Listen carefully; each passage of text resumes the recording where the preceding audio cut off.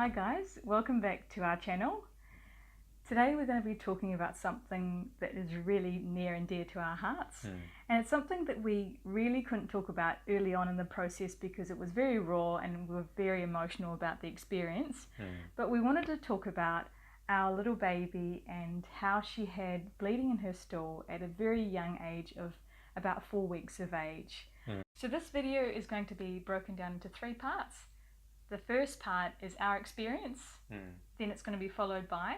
We'll talk about why this happens, and we'll also talk about a few of the signs that you might want to look out for if you're experiencing bleeding in the stool with your baby.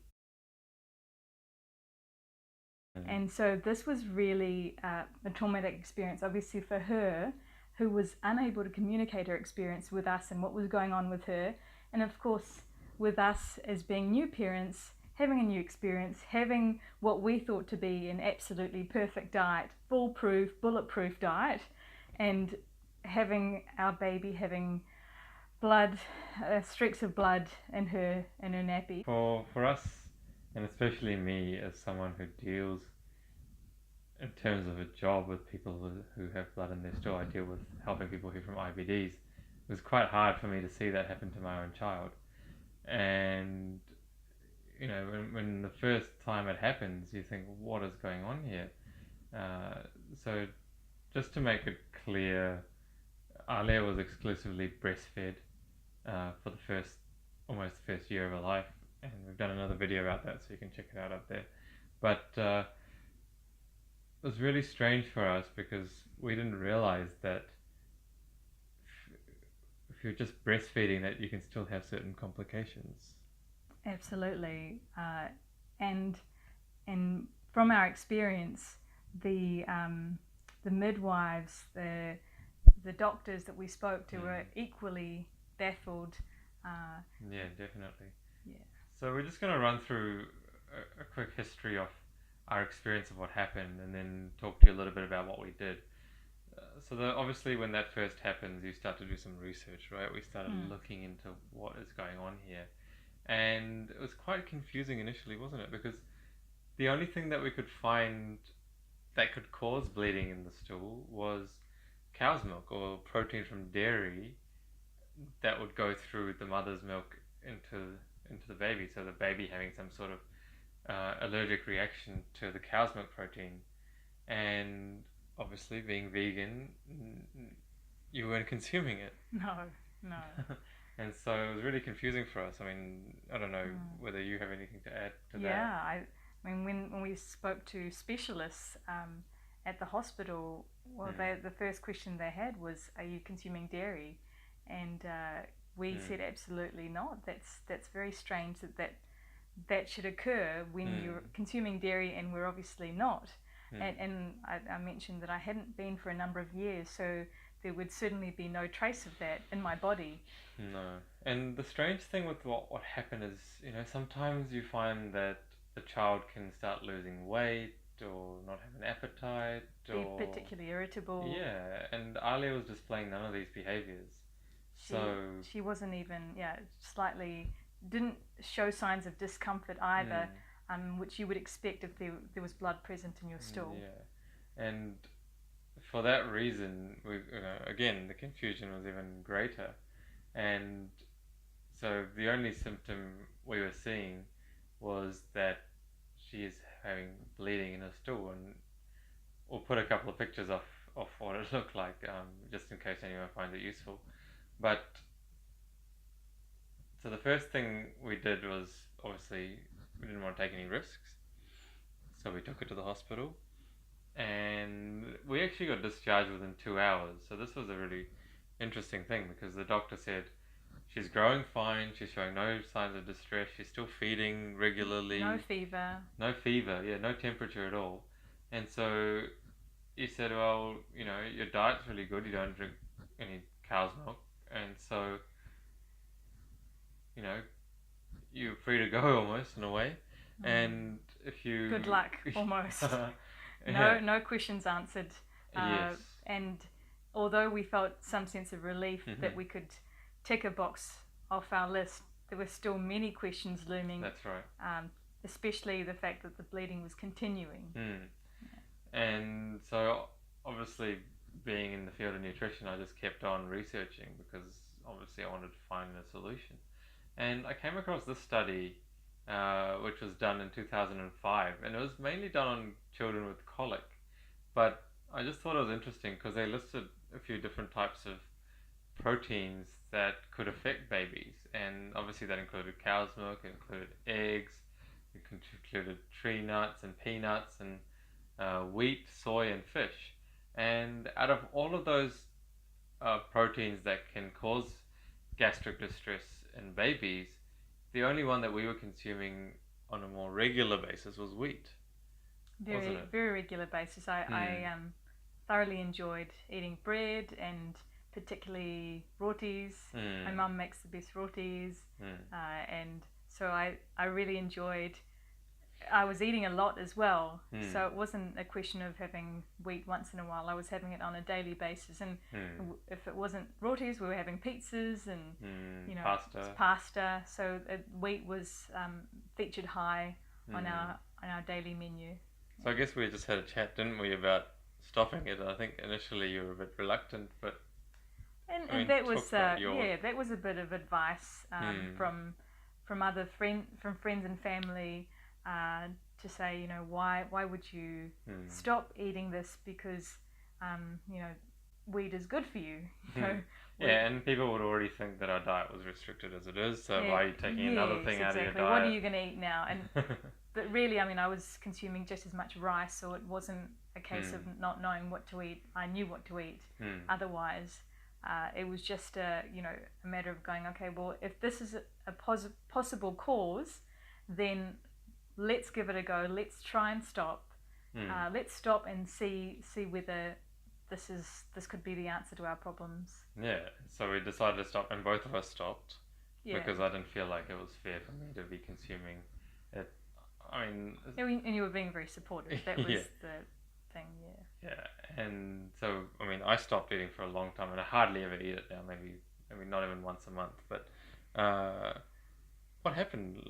What happened to our stools? I think within a couple of days we saw some results, didn't we? Yeah, it was very quick, and people. The advice that we received once we decided to stop was, okay, well, see if it is the cause. It's unlikely to be the cause, so start up again. So it was literally a matter of 5 days. I stopped eating any wheat, and on the 6th day I had some wheat, and thinking that it could be unrelated. It might be due to some other thing. It could be something that actually stops itself. There was a whole lot of things, a whole lot of questions, but literally the day after I consumed the wheat, it was day 7, Alia, the blood came back in the stool. Yeah, in her so stool. After a couple of days the blood stopped, and then we decided to reintroduce it just to make sure that, are we right about this or not? And lo and behold, the bleeding happened again. So Divya at that point made this decision that she wasn't going to have wheat again. Yeah, and she's 19 months now. She'll be 20 months very soon, and we're still not consuming any wheat. Alia, of course, is still raw, so she's not having wheat anyway. But because she's still breastfeeding, I feel like it's my responsibility to ensure that she continues to have milk free of that protein. It may not affect her at all, and that's the likely case that it won't affect her. But it is really for her, and to be quite honest, I feel a lot better as well. She's done me a huge favour because I feel a lot lighter, and I'm enjoying the other foods that I'm eating as well. So we had the real experience of what happened, and we really wanted to share this experience with you because I think there's not enough information about it out there, and I think other parents might experience similar things, and especially if you're on a plant-based diet, it's very hard to find information about why they may be bleeding in the stool. So why could this happen? And I just want to share with you some of the information around why these kind of proteins may affect an infant or a toddler. And what happens is, especially within the first year of life, the baby's gut lining is permeable, which means that certain proteins or antibodies or things in the breast milk are able to pass through the intestinal lining and into the baby. And so that's one of the reasons why cow's milk protein is so heavily talked about when it comes to these kind of gastro issues with infants. But in our situation, we weren't having any cow's milk, which meant that it just turned out that it could be any of those proteins that I talked about earlier, but in our case it happened to be the wheat. And so what was happening was that Divya was consuming wheat in her diet, and those proteins made it into her breast milk. And then when Alia consumed that breast milk, because her intestinal lining was permeable, the proteins from the wheat could go into the body, and the body was possibly having an allergic reaction to this. And this is a condition called allergic colitis. It's fairly common in infants. Alia wasn't diagnosed, but that's a hypothesis of what could have been happening. So that's why these kind of things can happen. And then obviously once you remove that protein from the diet, then obviously the body isn't creating those issues any longer, and this means that the symptoms of whatever is going on, whether it be colic or in Alia's case bleeding in the stool, will also subside. So just to add, not every infant will have this degree of sensitivity. Of course. So it's not a question of every breastfeeding mother having to stop eating wheat. It was just a process of elimination that resulted in us finding that this was the cause. And will I eat wheat again? Possibly. I don't feel like it at the moment, but I may well. And with the next pregnancy, there's a possibility that I will be consuming wheat again during the course of the pregnancy, and it may not affect the baby. So it's just in this particular instance that our daughter had that degree of sensitivity. So what are some of the signs to look out for if you notice that there is bleeding in the stool? Now, just be aware that if you are worried about anything, just like we did, you should always go and get it checked out with the doctor. Don't use this video as the be-all and end-all for making a self-diagnosis or anything like that. Get it checked out, be sure. You don't want to take any risks with the health of your child. But some of the things to look out for, obviously, are the bleeding in the stool. You also need to be looking out for whether the baby is still gaining weight. If the baby's still gaining weight, then that's a really good sign. You should also look out for any signs of temperature, gastric distress like wriggling or looking like they're in pain all the time, and also if there's a significant amount of diarrhea in the stool, that's another sign that there's something going on. So those are just some of the things you need to be looking out for. And obviously get it checked out if you're unsure. Try and think of taking out some of those proteins that I talked about, and hopefully that's going to resolve the issue.